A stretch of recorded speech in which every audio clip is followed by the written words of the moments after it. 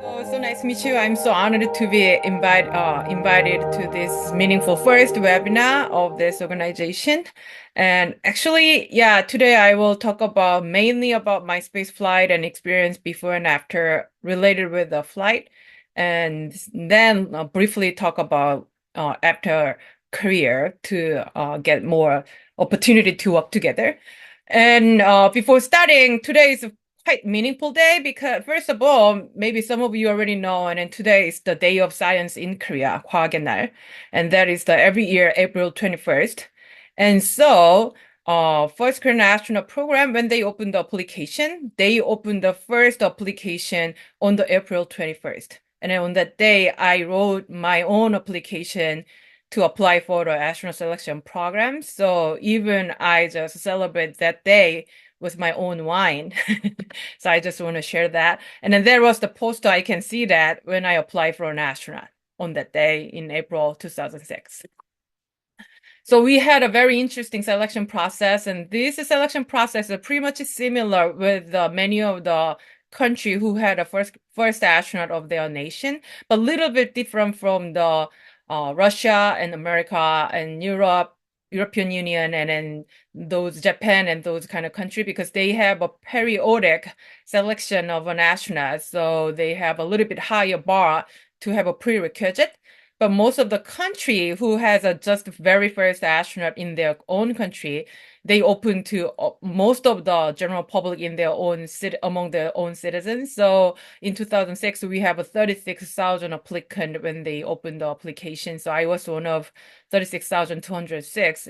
I at that time, of course, if you see those number, and then one out of 36,000 is less than a 0.1%. So as an engineer, it's not a good challenge actually, but I would love to make my wonderful memory almost the end of my PhD graduate school experience. But surprisingly, I got to survive out of the 36,000 to make the 245 during the first screening. And then October 2006, they made another screening to make the 30. And I thought that might be the end of my trial because I met all 30 people and they are incredible people. And then I was sure that I cannot beat them. But luckily I got 10, and then we went to the even Russia and had all kind of interesting experience in Russia to have a zero gravity and then hydro lab and skin scuba, kind of like that.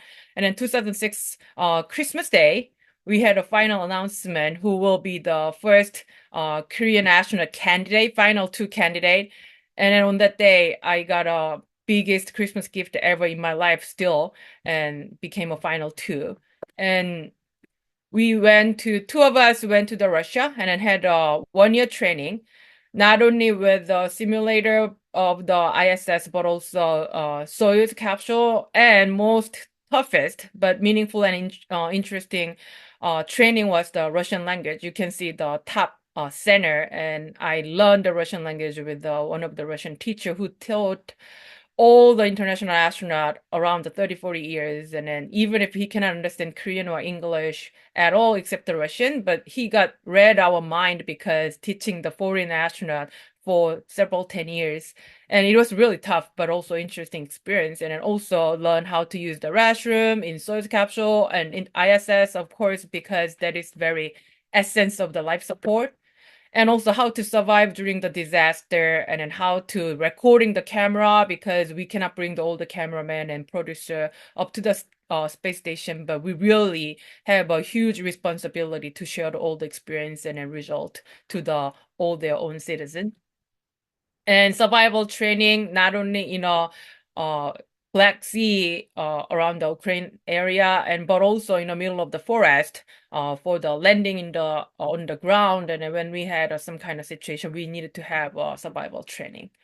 And on that day is the April 8th of 2008. And then it was very surprising because I didn't notice about that, but very first female astronaut in the world, Valentina Tereshkova, came to the Baikonur spaceport.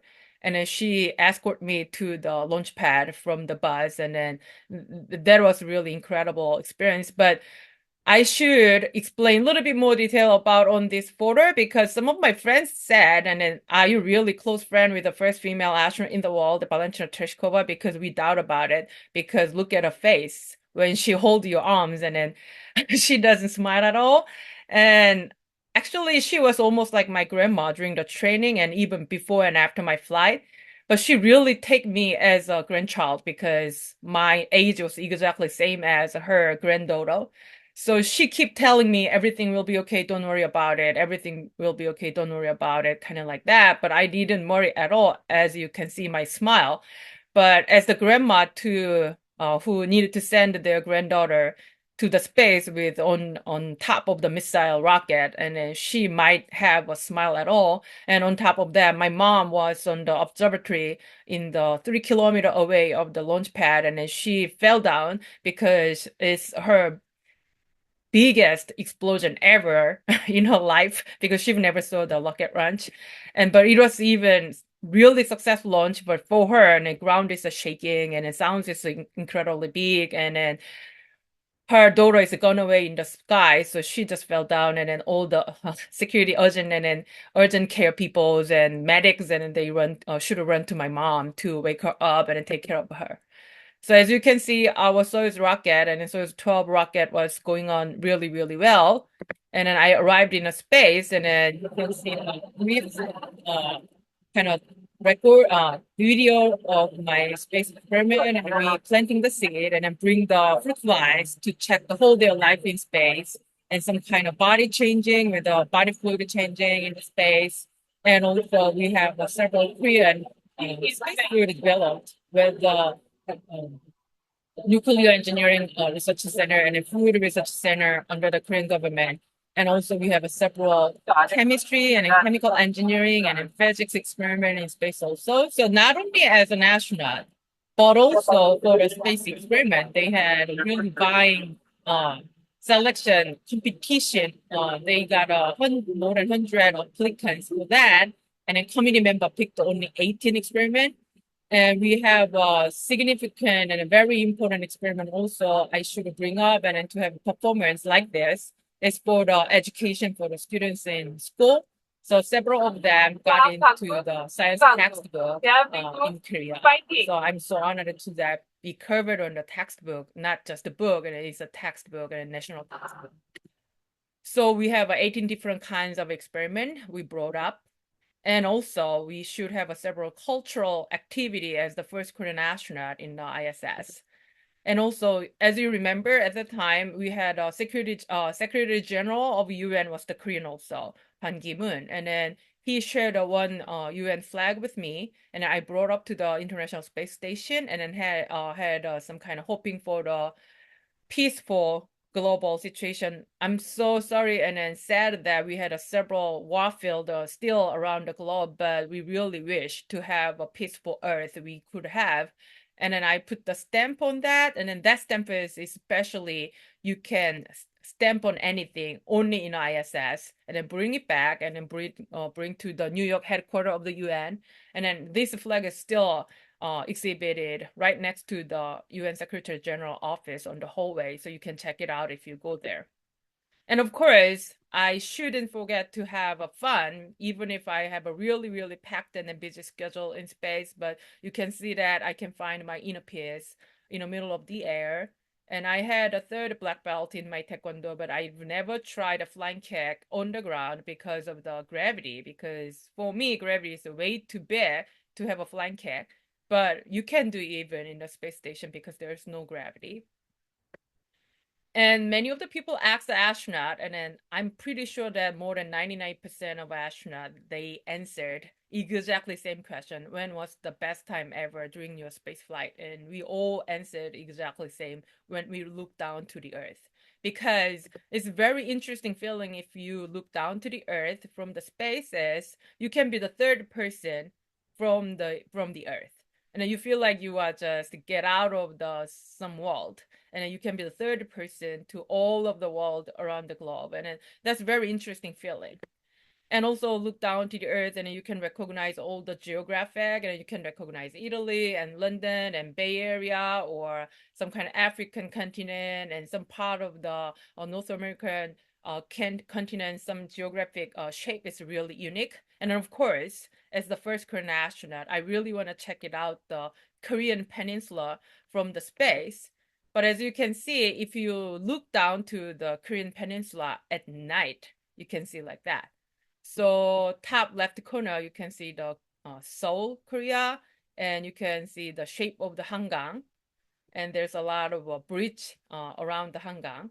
And if you have a really big, huge resolution of this photo, you can see the distinct border between the North Korea and South Korea, even if it looks South Korea is the upper area and then North Korea is down there. And you can see small little light leading, that's the Pyongyang. And except that's capital city, all around the North Korea is a total dark, even if it's not that in the middle of the night, because of their electricity grid is really weak, and then they don't have a 24/7 light in their own place.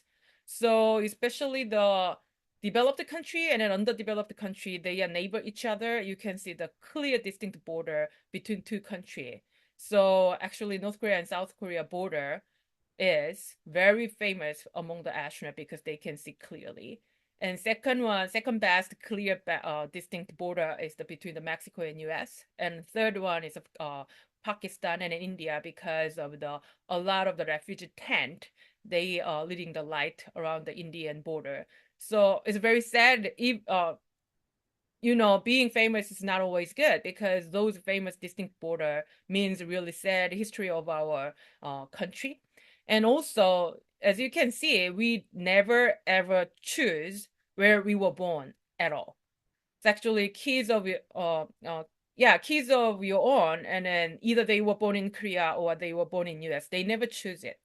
And then kids on the North Korea also, and then kids in Afghanistan, kids in Ukraine, and then kids in any other country, they've never choose. But they have a totally different dramatic life depending on where you're born. So on that time, the reason why I put my title Mindfulness from Weightlessness is that was the quite eye-opening moment of my own when I looked down to the Korean peninsula from the space, because I've never thought all my environment and then things are very helpful or grateful for me. I'm always easy to complain about that, because some of my friends, they have a really well-off parents and it doesn't have to have a part-time at all, and then focus on the study, and then has a great resource to go around the globe, and then even has a broad trip during their high school or college or something. But I always busy to have on my part-time to pay my tuition and then dormitory and then kind of like that. So I always complain. But when I look down like that, and then what if the girl who were born this total dark area, and they cannot even have a chance to get a scholarship or get a part-time at all, and then their life is totally different. And then even if girls or boys who is much smarter than me, and they cannot have a life like I had. So from that time, yeah, I regret of my whole life complaining about everything I have. But now I got to know, if you have any complaint about something, it means you have that thing. Yeah. If you don't have anything, you don't have anything to complain. And this is my last day of space station. Yeah, it's a kind of interesting culture, and then any country you were born, any country you are living, they always have a farewell party whenever they should say goodbye to each other. So we have a farewell party among the astronaut who will leave tomorrow, and then astronaut who will stay here for another next month, for 6 months. And because I'm a youngest, and they just asked me to sing, and they just clap the hands and sing, sing, sing. So I sang my favorite song and Fly Me to the Moon. The reason why I want to show off my singing capability, even if I didn't sing well, but I really want to show you that's the kind of normal life of the human, even if they are in a space. They have their own precious kind of life, and dinner together, and then coffee on the side, and then some religious paint on the back, they pray, and then a lot of the wires going around. You can see my laptop is on top of the ceiling, but there's no gravity. You can fly up and using your laptop, doesn't have to put on the table. And then some of the old kind of senior folks in Korea, how can you step on the table? But I never step on the table in the middle of the dinner. only because I was floating exactly same height of the table. So I'm just sitting, not sitting, but floating like that. And recently, I feel really kind of old age of the space era because for 50, 60 years, not only in Russia, but also in America, we had a exactly same spaceship and same space capsule to go up to the orbit and then come down. So left side is the Soyuz rocket, and then Soyuz capsule is on top of the rocket, and then it's a nose faired under the kind of pencil shape, and it works for more than 50 years. So my Soyuz capsule is pretty much similar with the Soyuz capsule who flew to the space station 30 years ago or 40 years ago to the Mir. So I can talk with them commonly, and then I can kind of sympathize and empathize with all those 80, 90 years old cosmonauts and astronauts who fly to the ISS. But recent 10 years, we have a new space era. So SpaceX and Blue Origin, so all different kinds of private space program comes up.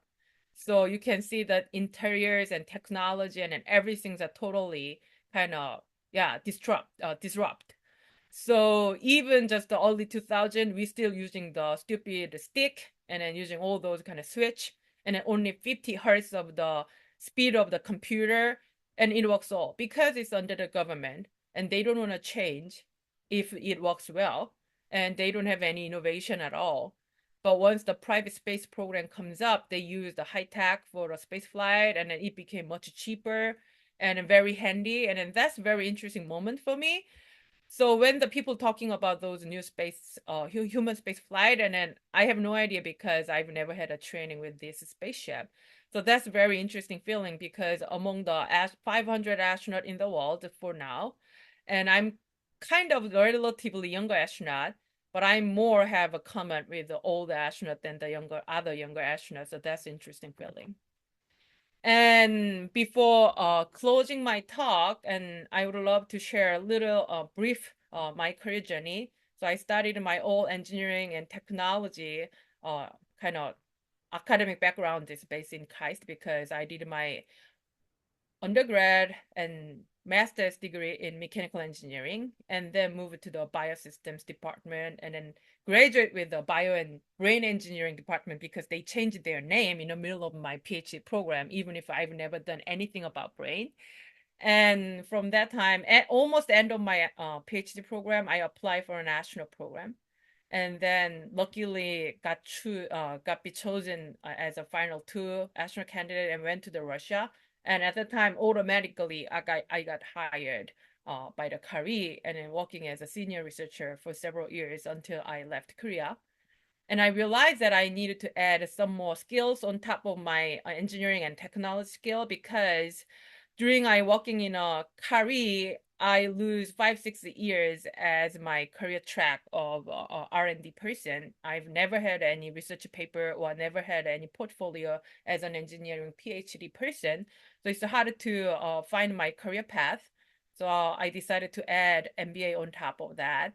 And then from that time until now, of course, there's a small little cloud and a small little smokes between business development and MBA because at the time, not only I left Korea, but also I left the California after my MBA degree. And thanks to my personal life, huge changing to meet my husband and then move up to the Washington state. So didn't have any reference or networks at all. And it was really, really hard to be employed in American recruiting system. So 2, 3 years, I was volunteered in a museum of flight and also teaching the physics 101 in a local community college only because I need a job to do. And in the meantime, some of my friends introduced something and then find some good network and then people. So I started my business development career from the several different startups. So from the loft orbital, they are doing the Ubering of the satellite. So finding several client and then share the satellite together and then kind of this. And then I worked as a business development, especially in the Asian market and also Middle Eastern market, and then moved to the software company only because several executive members is my school high school alumni and science high school alumni, and then they invited me to work for them, especially for the American market.